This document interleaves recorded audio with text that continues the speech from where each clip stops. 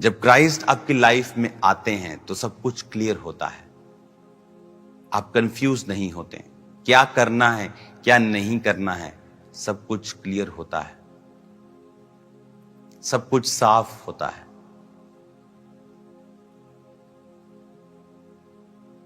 क्या हमें करना है और क्या नहीं करना है,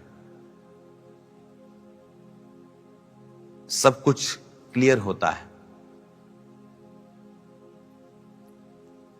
जो परमेश्वर का आत्मा वचन में कह रहा है कि एक राजा धर्म से राज्य करेगा और राजकुमार न्याय से हुकूमत करेंगे, और हर एक आंधी से छिपने का स्थान बौछार से आड़ होगा। निर्जल देश में जल के झरने और तृप्त भूमि में बड़ी चट्टान की छाया। उस समय देखने वालों की आंखें धुंधली ना होंगी। हालेलुया। कि हर एक बौछार से आड़ होगा। जैसे बारिश पड़ती है तो पेड़ के नीचे लोग खड़े हो जाते हैं।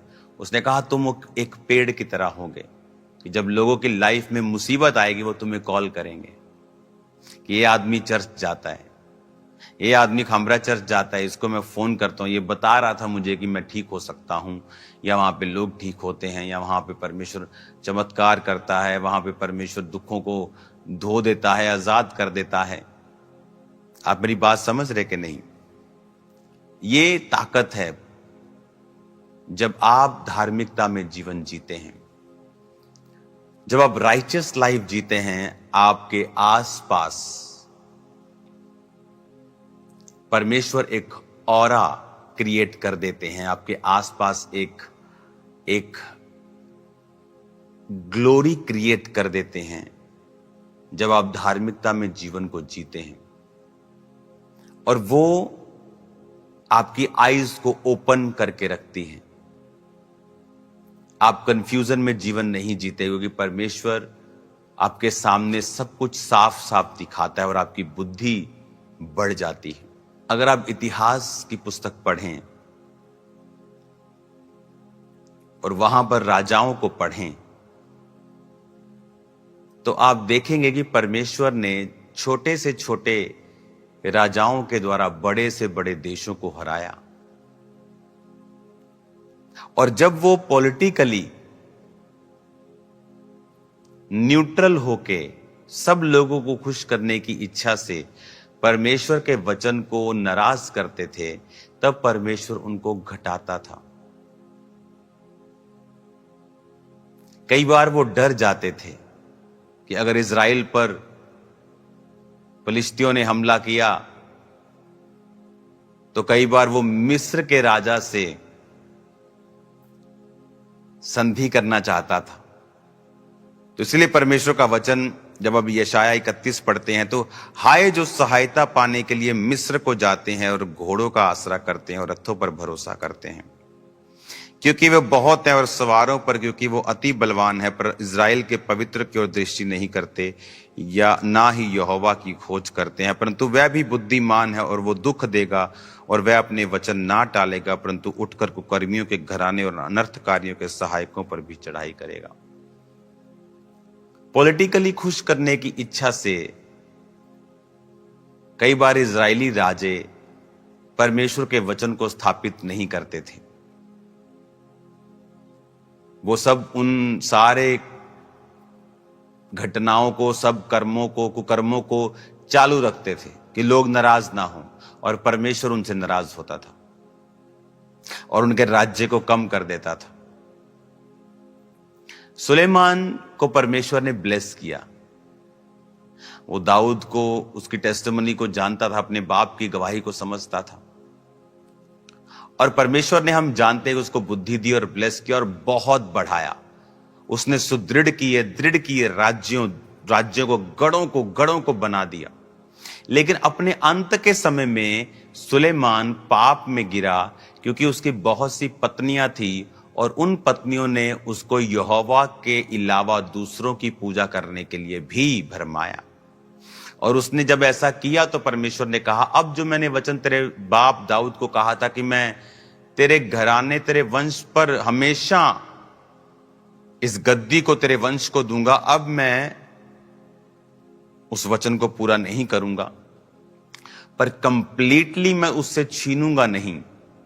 पर क्या हुआ उसके बाद, जब सुलेमान के बाद सुलेमान का बेटा जब गद्दी पे बैठा और लोग उसके पास आके कहने लगे कि अब तेरे पिता ने जो बोझ हम पे डाला था उसे थोड़ा हल्का कर, तो जो उसके पिता के सुलेमान के जो मंत्री थे, उसको सलाह देने वाले लोग थे, उन्होंने कहा उस राजा को कि आप इनसे अच्छी तरह से बात कीजिए, तब ये आपके अधीन रहेंगे।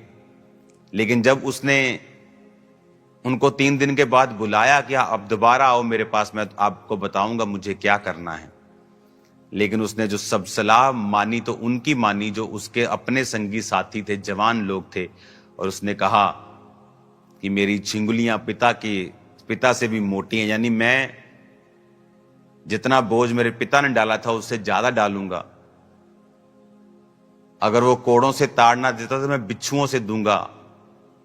तो इस वजह से इज़राइल का घराना जो था वो सुलेमान के घराने से टूटकर अलग हो गया और सुलेमान का घराना सिर्फ यहूदा के ऊपर राज्य करने लगा। यानी अगर 12 गोत्र हैं तो समझ लीजिए आपकी 80-90% लोग चले गए और 10% से लोग रह गए वहां पे, जिन पर वो राज्य करने लगा। उसके राज्य को परमेश्वर ने कम कर दिया। रीजन, परमेश्वर ने कहा तू धार्मिकता के द्वारा राज्य करेगा, धार्मिकता के द्वारा ही तू स्थिर रहेगा।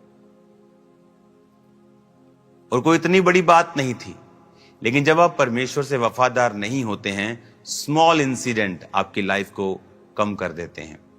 कुछ छोटी घटनाएं ही, स्मॉल इंसिडेंट, बड़े नहीं, लेकिन वो ऑल डिजाइंड होते हैं खुदा के द्वारा। आप उसके आगे अगर पढ़ेंगे, आप दूसरा इतिहास की पुस्तक पढ़िए, उसके 9 बाब से सारी पुस्तक सारी पढ़िए, आपको इन राजाओं के बारे में जिक्र आपको मिलेगा कि जब जब ये राजा लोगों को खुश करने के चक्कर से परमेश्वर के वचन को अपने राज्य में स्थापित नहीं करते थे, परमेश्वर नाराज होता था।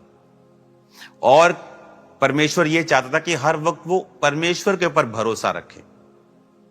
जब राजा यहोशापात के ऊपर चढ़ाई हुई तो उसने लिखा, उपवास का प्रचार करवाया। ये प्रचार नहीं किया कि सबके पास जिनके पास तलवारें हैं उन्हें ले आओ, कहता उपवास करो, यहोवा को ढूंढो। जब वो लड़ने के लिए जा रहे थे तो लड़ाई की टीम के आगे वर्शिप टीम थी जो वर्शिप कर रही थी, है कि नहीं? मूर्खता ही लोगों के हिसाब से। लेकिन जब वो वर्शिप करते करते जा रहे थे तो परमेश्वर ने एनिमी के अंदर एक दूसरे के प्रति नफरत पैदा कर दी। वो आपस में एक दूसरे को मार के लड़ने लगे और एक दूसरे को मार दिया, आपस में मर गए वो। और जब यहोशापात वहां पहुंचा तो सिर्फ लूट लेने के लिए कि वो मर गए थे, उनके धन को लूटा, और इतना लूटा कि दिन लग गए 3 लूटते लूटते। इतनी बरकत परमेश्वर ने उसे दी क्योंकि वो आत्मिक रीति के संग चला। और जब ये राजा मुसीबत में होते थे और परमेश्वर पे ध्यान हटाकर मिस्र के राजा को बोलता कि आ हमारी सहायता कर, तो तब भी परमेश्वर नाराज होता था। पूरी बाइबल में आप पढ़ेंगे कि हमें हमारा भरोसा परमेश्वर के ऊपर होना चाहिए। यह वचन जब लिखा गया था यीशु मसीह के जन्म के 730 साल के पहले, अप्रॉक्सीमेट 730 से 732 साल के बीच में यह वर्ड लिखा गया था। तब यशायाह को कैसे मालूम था कि यीशु मसीह आएंगे, कि राजा धर्म से राज्य करेगा और राजकुमार न्याय से हुकूमत करेंगे। हमारे बारे में लिखा है, राजकुमार आप और मैं हैं, राजा हमारा परमेश्वर है। हालेलुया। आज जब हम धार्मिकता में जीते हैं, बाइबल कहती जब इजरायली राजा धार्मिकता में जीते थे तो उनके प्रति आसपास के लोगों के मन में परमेश्वर उनके प्रति डर को बिठा के रखता था। वो कोई बहुत बड़े बड़े योद्धा नहीं थे। बाइबल कहती वो कमजोरों को चुनता है, तुच्छों को चुनता है। लेकिन सब लोगों के दिलों में डर होता था, और जब वो डर खत्म हो जाता था, क्योंकि ये इजरायली लोग परमेश्वर को पॉलिटिकली साउंड रहने की वजह से, पॉलिटिकली करेक्ट होने की वजह से प्रभु को खुश नहीं कर पाते थे, तो वो लोग इन पर चढ़ाई करके इन पर कब्जा करते थे। और परमेश्वर इन्हें बताता था कि मैं ही हूं जो सबके मनों को कंट्रोल करता हूं, मैं ही हूं जो सब चीजों को कंट्रोल करता हूं। तुम्हें मुझे खुश करना है, लोगों को खुश करने की इच्छा तुमको नहीं रखनी है। हालेलुया। आज आपको ये बातें समझनी है कि परमेश्वर किस तरह से कार्य करता है। वो चाहता है कि हम धार्मिकता में जीवन बिताएं, और फिर वो एक एटमॉस्फेयर क्रिएट करता है आपके घरों में, आपके फाइनेंशियल लाइफ में, आपकी फैमिली लाइफ में, और वो शैतान को रोकता है। वो नुकसान करने वालों के दिलों में बैठ जाता है और वो आपका नुकसान नहीं कर पाते हैं। और जब हम इन राजाओं की और इतिहास की पुस्तकों को पुराने नियम में पढ़ते हैं, हमें क्लियरली समझ आता है कि एवरीथिंग, सब कुछ खुदा के बारे में है, सब कुछ खुदा के साथ जुड़ा हुआ है। एवरीथिंग, सब कुछ। और हमें परमेश्वर के साथ वफादार रहना है, फेथफुल रहना है। और जब हम परमेश्वर के साथ फेथफुल हैं, लाइफ की कंफ्यूजन्स क्लियर हो जाएंगी, रास्ता साफ हो जाएगा, आप आगे बढ़ पाएंगे, सब कुछ साफ होगा, कंजूसदानी नहीं कहलाएगा, मूड उदार नहीं कहलाएगा, आपको सब पता होगा। आज बहुत से इंटरनेट पे आपको पुराने लोग जो मर गए हैं, और वो लोग, बहुत से लोगों के आपको बेकार से बातें मिलती हैं, वो बेकार की बातें करते हैं, और लोगों को वो बातें बड़ी रोशनी की लगती हैं, क्योंकि वो अंधेरे में हैं। वो मूड को उदार कहेंगे, मूड के लिए वाह वाह वाह करेंगे, क्या प्रवचन दिया जी, क्या प्रवचन दिया जी, कि व्यभिचार करो, क्यों रोकते हो मनों को। लोग बोलेंगे वाह वाह क्या बात है जी, क्या वचन दिया जी। आपको मिल जाएंगे इंटरनेट पर। वो लोग अंधेरे में, इसलिए मूड को उदार कहते हैं। देखा, कंजूस दानी नहीं कहलाएगा, लेकिन आपको पता होगा ये सब बेकार है। बाइबल जो कहती है, पवित्र बंधु की तरफ बुलाने वाला पवित्र है।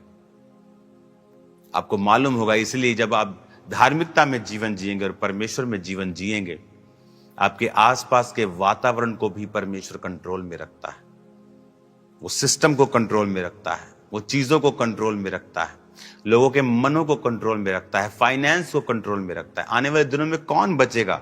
जो परमेश्वर में होगा वही बचेगा। हालेलुया। इस वचन को जो मैंने आपको बताया है, इसे फॉलो करते हुए धार्मिकता में जीवन जिए, मसीह में जीवन जिए। समाज को खुश करने की इच्छा से, रिश्तेदारों की खुश करने की इच्छा से, लोगों को खुश करने की इच्छा से परमेश्वर को नाराज ना करें। आज कोई व्यक्ति आपसे कहता है, नहीं नहीं तुम मुझसे शादी कर, मैं तेरे को चर्च जाने से नहीं रोकूंगा। बोलते हैं हाँ हाँ हाँ, उसने कहा है कि वो नहीं रोकेगा, वो क्रिश्चियन नहीं, लेकिन मेरे को नहीं रोकेगा।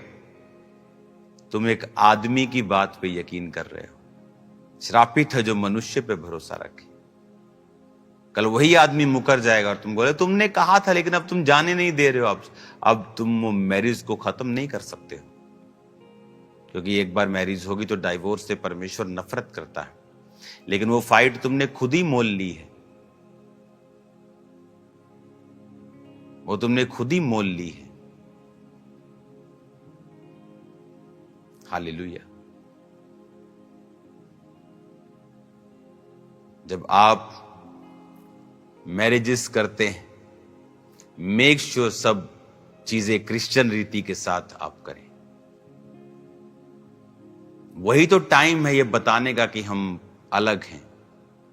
अगर आपकी शादियों में भी वही होना है जो अन्य जातियों की शादियों में होता है, फिर आप बिल्कुल अपने आप को क्रिश्चियन मत कहें, आप क्रिश्चियन नहीं हैं। एक व्यक्ति जब घरों में शादी होती है, पब्लिक उसमें इन्वॉल्व होती है, रिश्तेदार इन्वॉल्व होते हैं, वो एक ऑल्टर की तरह है, एक पुलपिट की तरह है, जहां आप अनाउंस करते हैं कि कौन है आपका अगुआ, आपका परमेश्वर। लेकिन आपको वो सब करना है जो अन्य जाति करते हैं, फिर आप कहते हैं मैं क्रिश्चियन। और दूसरा, जब एक घर में मृत्यु होती है, तब मालूम होता है आप कितने मसीही हैं, आप कितने आत्मिक हैं, क्योंकि उसमें भी लोग शामिल होते हैं, रिश्तेदार शामिल होते हैं, समाज शामिल होता है।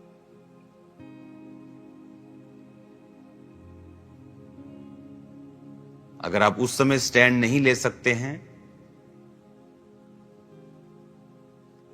देन आप कुछ भी कर लें, आप फेल हो चुके हैं उस चीज में। उसने कहा तू लोगों के बीच में मेरा इकरार करेगा, मैं तेरा इकरार करूंगा। अमेरिका का प्रोग्राम क्या था? पब्लिकली रीडेडिकेट करना, पब्लिकली आना और रीडेडिकेट करना अपने देश को, खुले में, हजारों लोगों के बीच में, लाइव लाखों लोगों के बीच में, सरकारों के बीच में। हालेलुया।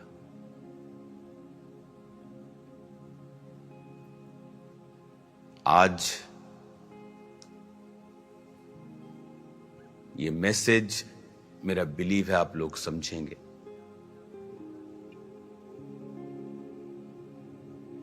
और परमेश्वर के वचन को अपने जीवन में प्रथम स्थान देते हुए आप चलेंगे। उस समय तो आपको थोड़ा डिस्कंफर्ट लगेगा, लेकिन बाद का कंफर्ट उस डिस्कंफर्ट को भुला देगा।